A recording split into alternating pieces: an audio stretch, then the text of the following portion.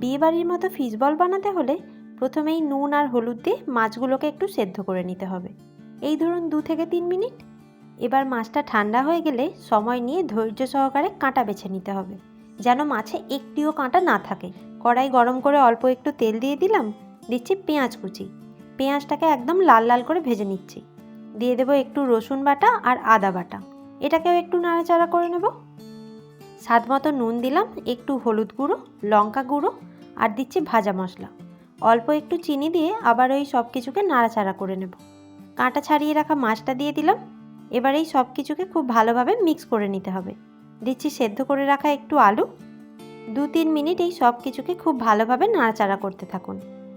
দিলাম অল্প একটু কাঁচা লঙ্কা আর একটু ধনেপাতা। আবারও এই সব কিছুকে মিক্স করে নিয়ে গ্যাসের ফ্লেমটা একদম অফ করে দিন এবং এটাকে ঠান্ডা হতে দিন। অল্প পরিমাণ নিয়ে এরকম ছোট ছোট বলের আকারে তৈরি করে নেব। প্রথমে কর্নফ্লাওয়ারের গোলায় ডুবিয়ে এটাকে ব্রেড ক্রাম্বসে কোট করে নিতে হবে। আমি এগুলোকে ডবল কোট করে নিচ্ছি।